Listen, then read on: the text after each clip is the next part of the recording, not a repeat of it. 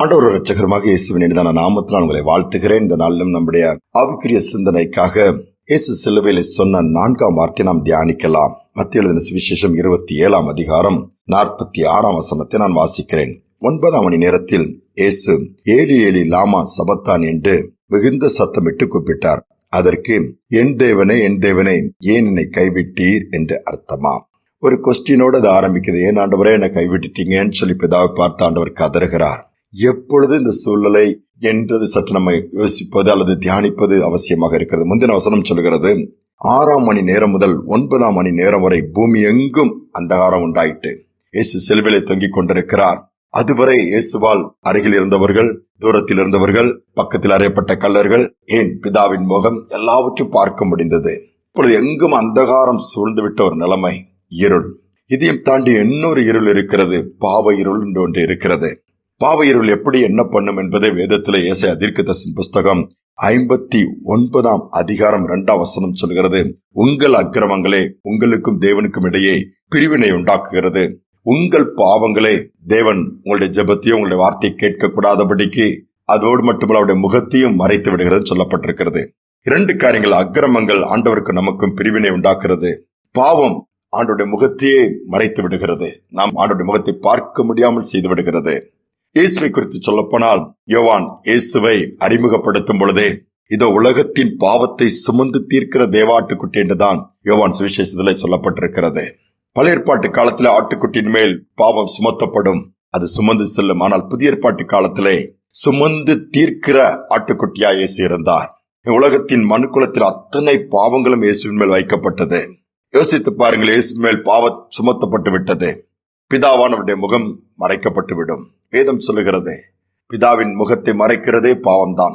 அந்த நிலைமையில் என்ன பார்க்கும்போது இயேசுவுக்கும் பிதாவுக்குள்ள தொடர்பை நாம் இந்த நேரத்தில் பார்க்க வேண்டும். பூமியில் இருக்கும் பொழுது நானும் பிதாவும் எப்பொழுதும் ஒன்றாயிருக்கிறோம் என்று இயேசுவை சொல்லியிருக்கிறார்.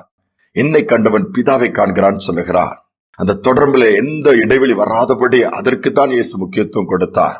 ஆனால் அந்த தொடர்பு இப்பொழுது துண்டிக்கப்படுவதற்கு மனுக்குலத்தின் பாவம் காரணமாய் மாறிவிடுகிறது. அந்த இருள் வரும் பொழுது பிதாவின் முகத்தை பார்க்க முடியாமல் போகும் பொழுது இயேசு தவிக்கிறார்.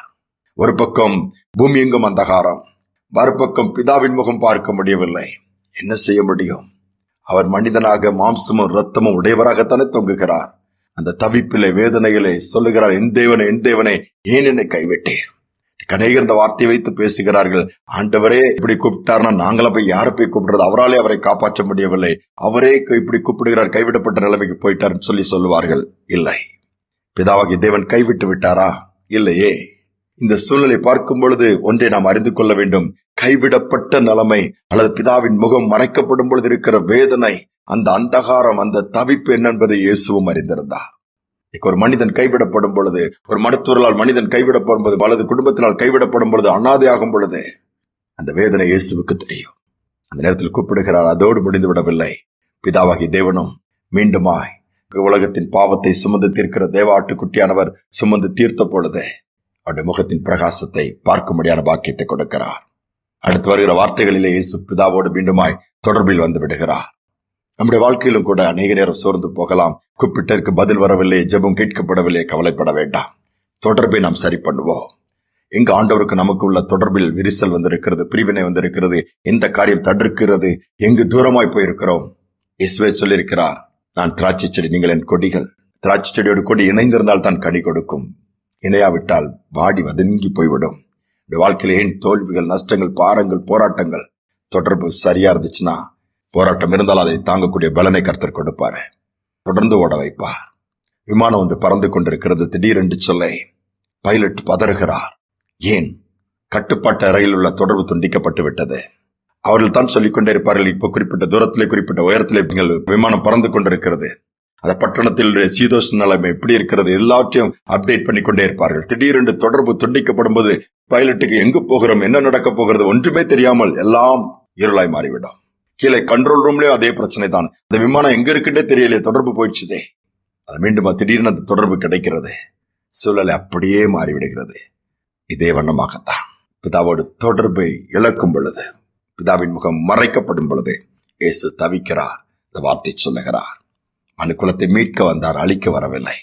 அதோடு மட்டுமல்லாமல் மீண்டும் அது தொடர்பு வரும் பொழுது தொடர்ந்து பிதாவின் திட்டத்தை நிறைவேற்றக்கூடிய வார்த்தைகளை பேசுகிறார்.